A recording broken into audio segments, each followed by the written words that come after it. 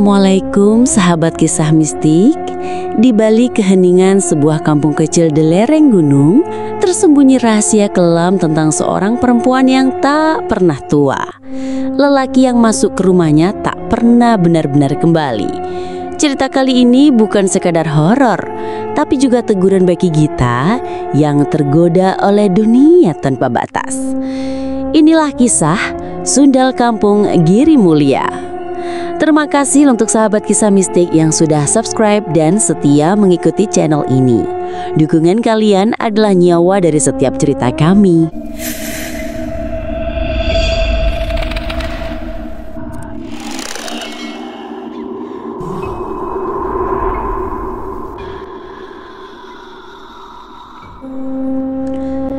Ustadz Fikri mendatap jalan tanah yang basah selepas hujan. Sepatu bot yang ia kenakan kini berlumur lumpur, dan matanya tak lepas dari rambu kayu tua bertuliskan Kampung Giri Mulia. Tulisan itu hampir pudar, seperti nama desa ini yang seolah dilupakan zaman. Assalamualaikum, sapanya pelan saat melangkah masuk ke gerbang bambu yang menandakan batas kampung. Tak ada yang menjawab. Kampung itu terasa lelang, seperti tidak berpenghuni. Namun dari kejauhan ia melihat asap dari tungku kayu membumbung dari beberapa rumah. Artinya kampung ini hidup, tapi tak menyambut. Langkah kakinya terhenti di depan surau kecil di sisi kanan jalan. Bangunannya reyot, catnya mengelupas, dan azan tak pernah terdengar. Ia menghela napas berat. Inikah tempat yang direkomendasikan untuk dakwah, pikirnya. Beberapa bulan lalu, pesantren tempatnya mengabdi menerima permintaan dari seorang lelaki tua bernama Pak Darsih untuk mengirimkan ustadz ke kampung yang konon sudah lupa cara sujud. Dan kini Friki berdiri di tengah sunyi kampung itu, disambut oleh hawa aneh yang membuat tengkuknya dingin meski matahari masih tinggi. Seseorang mendekat dari kejauhan. Seorang lelaki sepuh mengenakan sarung humal dan kopiah lusuh, memandang curiga. "Sampean dari pesantren?" "Betul Pak, nama saya Friki." Pak Darsih menangkuk belan. "Mari ikut saya, jangan bicara banyak di jalan. Kampung ini tak suka suara keras."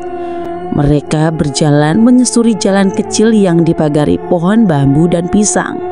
Tak satu pun anak kecil terlihat. Semua jendela tertutup rapat. Tak ada suara ayam, tak ada suara radio, bahkan jangkrik pun seolah enggan bersuara. Di tengah jalan, Friki menoleh ke arah sebuah rumah panggung tua yang tampak megah di antara bangunan lain yang reyot. Rumah itu tampak terawat, hal yang mencolok dari kampung yang nyaris mati ini. Tapi yang membuat bulu kuduknya berdiri adalah sosok wanita yang berdiri di balik jendela rumah itu. Rambut panjang tergerai, mengenakan kain jarik tipis, matanya tajam, dan menatap langsung ke arah Friki tanpa berkedip. "Siapa itu, Pak?" Tak Darsih langsung menarik lengan Friki. "Jangan dilihat, awas, jangan bicara tentang rumah itu. Mari, cepat." "Kenapa Pak? Kalau sambian banyak-banyak, bisa ikut hilang seperti Ustadz yang dulu." Friki tinggal di rumah kayu kecil milik Pak Darsih hanya berdua. Di meja makan, Friki kembali menyinggung soal wanita di rumah panggung tadi. Warga sini tidak tahu siapa dia, Pak. Pak Darsih menghela napas lalu bicara pelan. "Namanya Mbok Liris, tapi orang-orang sini memanggil dia Sundal Gunung. Rumah itu sudah ada sejak aku kecil. Penghuninya selalu dia, tak pernah tua, tak pernah sakit. Tapi setiap lelaki yang masuk ke rumah itu selalu pergi tanpa pamit." "Pergi kemana?" "Warga bilang kalian lahat, atau lebih parah, jadi pembantu jin." Vicky lalu dah. Cerita ini terdengar seperti dongeng. Tapi hawa dingin yang ia rasakan sepanjang sore tadi seolah memperkuat kengerian itu. Kalau memang berbahaya, kenapa tidak diusir saja? Pak Darsi menatap tajam. Sampeyan pikir kami tak pernah coba? Dulu kepala dusun pernah bakar rumah itu. Malamnya seluruh keluarganya mati, leher patah, lidah tergigit. Kami takut. Malam semakin larut. Angin membawa bau melanti busuk dari arah rumah Mbok Lilis. Frike belum bisa tidur. Ia membuka jendela kamarnya, dan dari situ ia bisa melihat rumah tanggung itu jelas. Ada nyala lampu temaram di dalam, diiringi suara gamelan samar dari entah mana. Namun yang paling menyeramkan adalah ketika bayangan itu berhenti menari, lalu menoleh, seolah tahu bahwa Friki sedang menatap. Dan dari jendela rumah panggung itu, suara serak mengkuda terdengar jelas di telinga Friki yang, "Ustadz, kapan mampir ke rumahku?"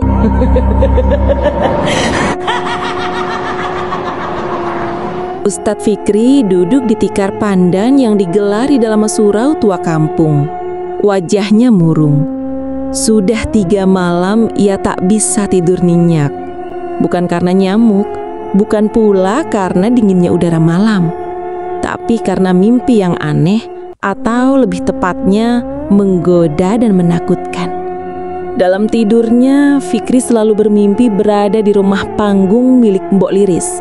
Ia disambut seorang wanita yang tubuhnya dibungkus kain jarik basah. Wajahnya samar seperti tertutup kabut, tapi sorot matanya mengundang nafsu. Setiap kali ia hampir terseret godaan itu, ada suara tangisan perempuan tua yang menghalangi langkahnya. "Jangan kau rusak jiwamu, nak. Dia bukan manusia." Suara itu membuatnya terbangun dalam peluh dengan jantung berdetak keras dan celana basah oleh madhi. Pagi itu, ia mencoba memulai pengajian anak-anak kecil di surau.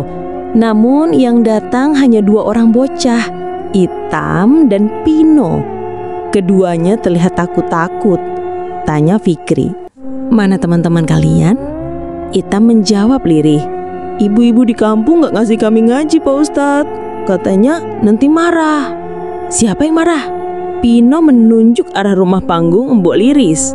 Mereka bilang, kalau ada yang ngajarin ngaji, nanti malam ada yang dipanggil lewat cermin. Fikri terdiam. Semakin dalam ia melangkah di kampung ini, semakin kuat hawa tak masuk akal yang menjekiknya. Sore harinya, Fikri menemui Pak Darsi di pematang sawah. "Pak, saya ingin tahu siapa saja yang pernah masuk ke rumah itu." Pak Darsi menggerling cepat. "Nggak usah, Ustadz. Rumah itu sudah lama kami anggap bukan bagian dari kampung ini. Siapapun yang dekat-dekat, nasibnya jadi buruk." "Apa ada yang masih hidup setelah keluar dari sana?" Pak Darsi menerung, lalu menjawab lirih, "Ada, tapi gila." "Siapa?" "Namanya Pak Salimin. Dulu tukang becak, sekarang tinggal di kolong jembatan kecil di hutan bambu sana. Tapi sudah tidak bisa bicara normal." Fikri menempuh jalan setapak ke arah jembatan bambu yang menyeberangi sungai kecil. Di bawahnya terdengar suara orang bicara sendiri. "Jangan lihat matanya, jangan lihat matanya. Dia cantik, dia haus, dia haus." Lelaki tua itu dengan rambut gimbal dan pakaian sobek-sobek duduk memeluk lutut. Matanya melotot, wajahnya penuh bekas cakaran. Fikri mendekat pelan. "Pak, saya ingin tahu tentang rumah itu." Mendengar kata rumah, tubuh Pak Salimin langsung menggigil. Ia menunduk lalu mencakar tanah dengan kukunya. "Aku pernah ke sana. Dia peluk aku, dia cium aku, rasanya seperti masuk surga. Tapi pagi harinya aku lihat jenazahku sendiri di atas kasur." "Apa maksudnya?" Pak Salimin menangis. "Aku sudah mati, tapi ragaku masih dipakai buat memuaskan nafsu jin. Malamnya, Fikri kembali tak bisa tidur. Suara gamelan kembali terdengar, tapi kini lebih dekat, lebih nyata. Di luar rumah, jendela Mbok Liris terbuka lebar, dan ada tubuh putih menggeliat di sana, menari seperti sedang merayu bulan. Tiba-tiba, tok tok tok, pintu rumah Fikri diketuk pelan. "Ustadz, bukakan pintunya." Suara itu manis, hangat, dan sangat menggoda. Seperti mimpi-mimpinya, tapi kini nyata. Fikri meraih surban dan membacakan ayat kursi sambil merapat ke pintu. Namun, suara di luar itu kini terdengar lebih keras. Tangisan dan rintihan syahwat diselingi lelangongan anjing dan bunyi angin kencang yang menerpa genting. "Ustadz, tubuhku dingin. Izinkan aku masuk. Aku ingin mendengar ayat suci dari mulutmu." Dan saat itu juga, lampu rumah padam, angin mati, dan suara tangisan pun berhenti. Namun, dari celah jendela, Fikri melihat sebuah mata menatapnya. Mata merah menyala dengan senyuman mengerikan yang menyeringai dari balik kain jarik basah.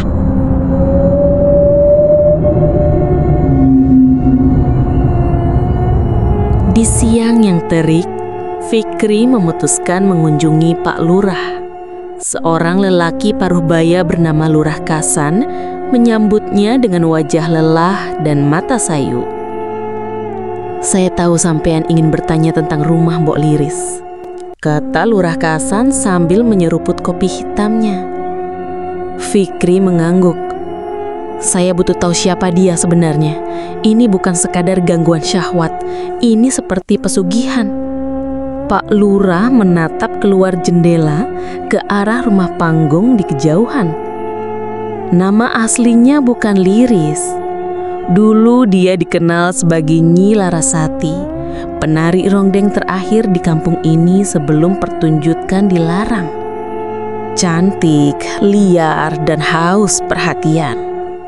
Lalu, dia jatuh cinta pada seorang kiai muda. Tapi si kiai menolaknya karena tahu Larasati mengandung pesona dari jin yang diwarisi ibunya, seorang dukun pelet. Dan apa yang terjadi? Dia dendam. Ia memuja satu makhluk dari alas itu, jin betina yang haus mani laki-laki. Dia bersumpah takkan menua selama masih bisa membuat lelaki tunduk di antara pahanya. Fikri kembali ke surau dan membuka kotak tua yang ia temukan di bawah mimbar. Di dalamnya terdapat kitab usang berbahasa Jawa kuno. Sebagian besar berisi ajian, wirid, dan catatan-catatan tentang ritual pesugihan melalui kemaluan laki-laki yang disebut sebagai sugih kawin. Ajian itu bekerja menyerap tenaga vital dari lelaki yang mencapai puncak syahwat bersama jin perempuan. Semakin kuat gairahnya, semakin besar nyala yang ditarik. Dan puncaknya, lelaki itu tak lagi bisa mengendalikan diri dan akhirnya dipakai secara ruh dan jasad oleh jin tersebut. Ya Allah, ini bukan sekadar godaan, ini pencurian nyawa. Malamnya, Fikri mendengar kabar bahwa pemuda bernama Dharma, anak Pak Lurah, hilang. Terakhir dilihat berjalan sendirian ke arah rumah Mbok Liris sambil tersenyum sendiri. Pagi harinya, dia ditemukan tak bernyawa di kebun singkong. Tubuhnya pucat, kemaluannya berdarah, dan matanya terbuka seperti melihat surga atau neraka. Warga mulai panik, tapi tak ada yang berani menyentuh rumah panggung itu. Sore itu, beberapa ibu-ibu datang diam-diam ke rumah Darse. "Ustadz, kami mohon, selamatkan para lelaki di kampung ini." Fikri mengangguk. Tapi kenapa baru sekarang bicara? Salah satu ibu menjawab, Lilih, karena kami pun pernah dipanggil lewat mimpi dan kami juga hampir menyerah. Wanita-wanita di kampung itu ternyata dijadikan ladang tumbal oleh Mbok Liris. Setiap perempuan yang melahirkan anak lelaki akan diancam lewat mimpi. Jika berani mendekat ke surau atau membiarkan anaknya mengaji, maka rahimnya akan kering dan bayinya akan mati lemas di malam hari. Malam itu Fikri bermimpi lagi. Tapi kali ini berbeda. Ia melihat Ka'bah dikelilingi cahaya, namun perlahan terbakar dari atas ke bawah. Di tengah api muncul sosok perempuan berbaju pengantin menari di atas batu hitam sambil menyanyikan lagu Jawa kuno. Kabeh lanang kudu mebu ambenku, golek sugih karo getihmu. Semua lelaki harus masuk keranjangku mencari kaya lewat darahmu. Fikri terbangun dengan jeritan. Dari luar rumah, suara gamelan terdengar lebih keras dari malam-malam sebelumnya. Dan kali ini bukan hanya suara wanita yang terdengar. Ada tawa-tawa lelaki, tawa yang kosong dan gila.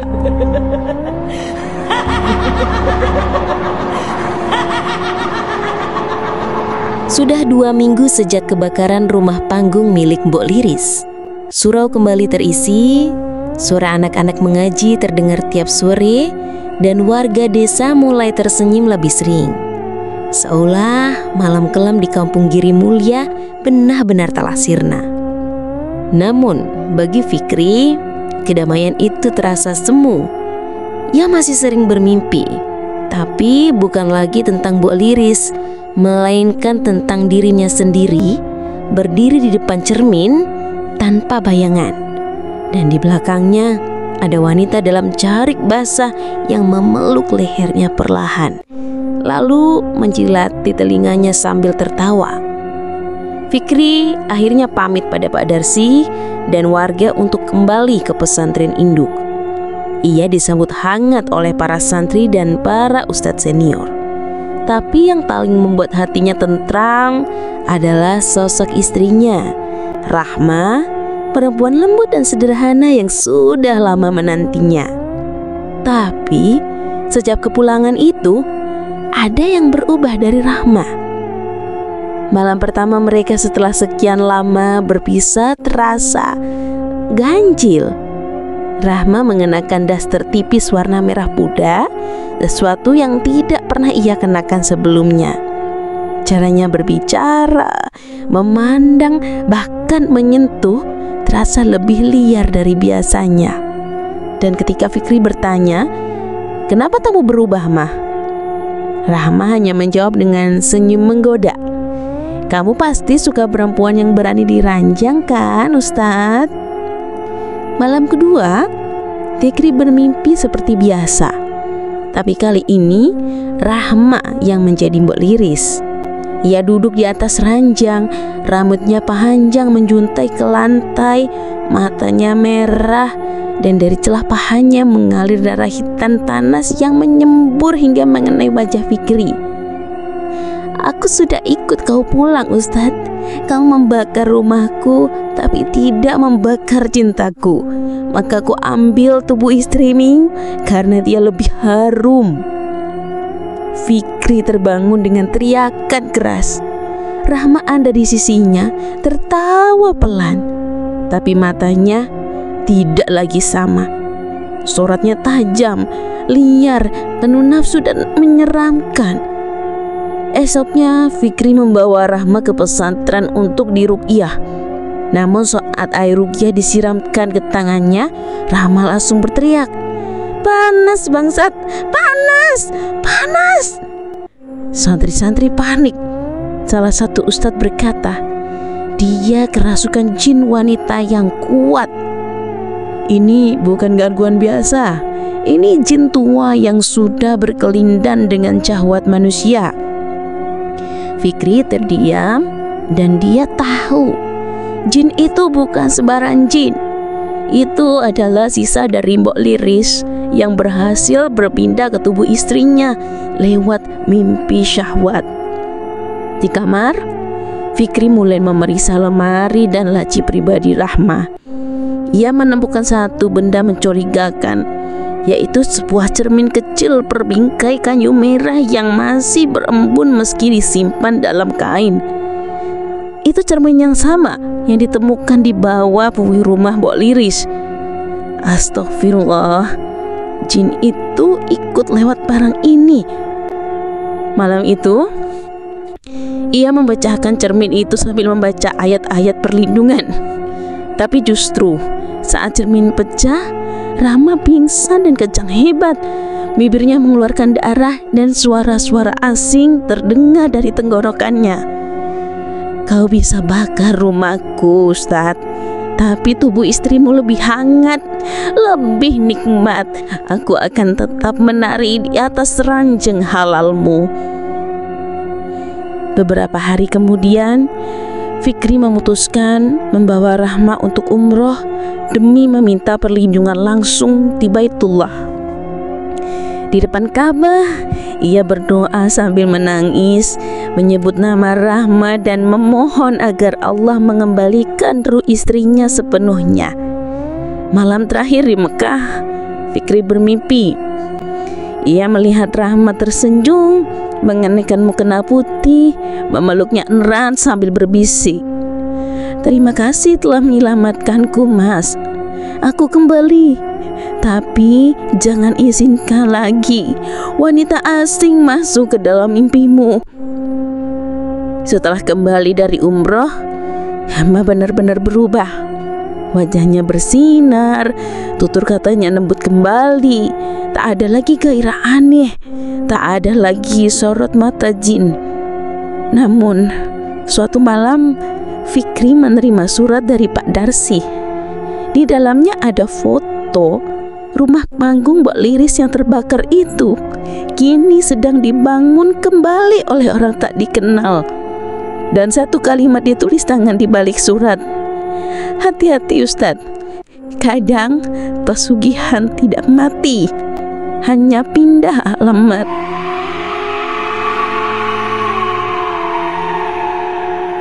Kabar dari Pak Darsi tak bisa diabaikan. Meski Rahma sudah sembuh, Fikri merasa tanggung jawabnya belum selesai. Ia tahu jika rumah itu dibangun kembali oleh tangan-tangan yang tidak takut Tuhan, maka kengerian masa lalu hanya akan berganti wajah dan tumbal baru akan segera dipetik. Setelah izin dari pimpinan pesantren, Fikri kembali ke Kampung Giri Mulia. Warga terkejut melihatnya, tapi juga menyambut dengan harapan. Sejak rumah panggung itu mulai dibangun kembali oleh seorang wanita muda bernama Mbak Ranti, suasana kampung kembali berubah sunyi. "Siapa Mbak Ranti ini?" tanya Fikri. Pak Darsi menjawab, "Katanya dia keponakan jauh Mbok Liris, tapi tidak ada yang tahu dari mana asalnya. Ia datang sendiri, membeli tanah rumah bekas kebakaran itu dan mulai membangun dari puing. Dan warga membiarkannya karena ia memberi uang pada banyak orang, terutama para pemuda pengangguran. Mereka bantu bangun rumahnya dan katanya dikasih uang semalam." Fikri menatap langit. Siklus itu kembali. Jin pesugihan butuh rumah, dan rumahnya tak selalu dalam bentuk kayu dan paku, tapi di tubuh wanita yang dijadikan pintu setan.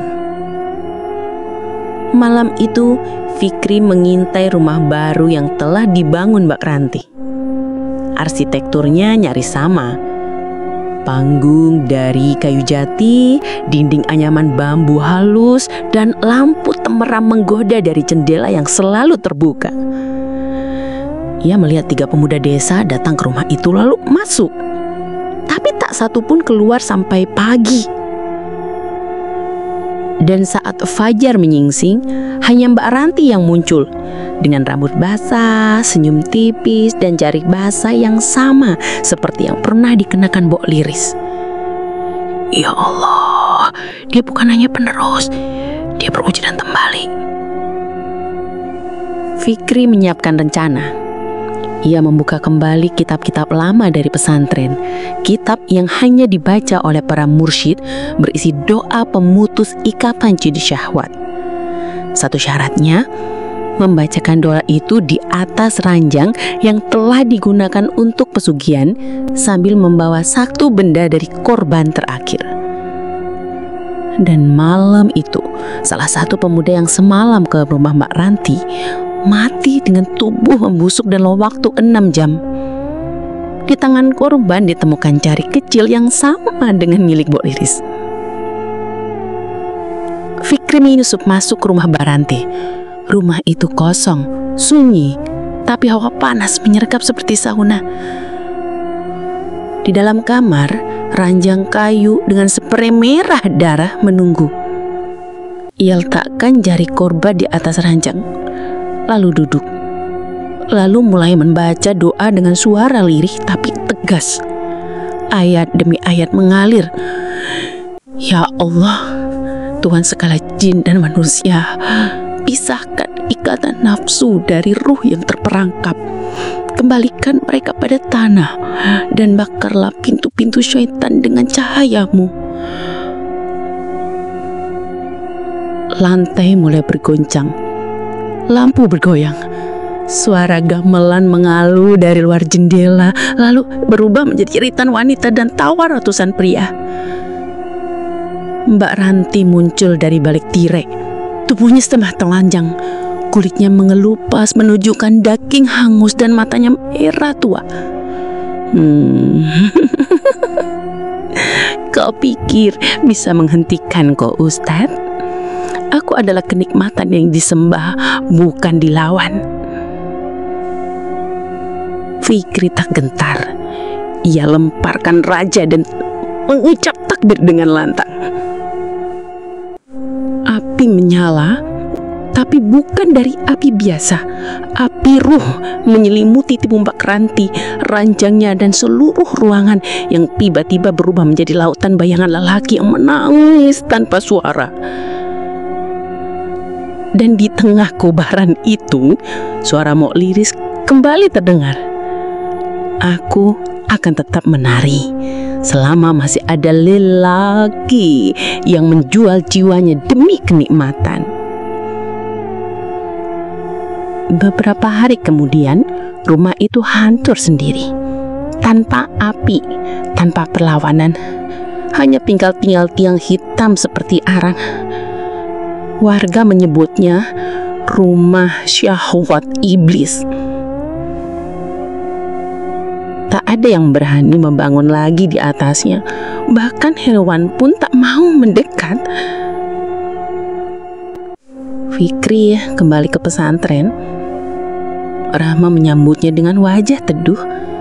Dan sejak saat itu, ia tak pernah bermimpi buruk lagi. Tapi di suatu malam Jumat Kliwon, saat Fikri mengisi ceramah di kampung lain, seorang wanita muda menyelipkan surat ke sakunya. Saat dibuka, surat itu hanya berisi kalimat, "Jika tubuh tak bisa dipakai, mungkin suaramu bisa kepakai untuk menggoda yang lain."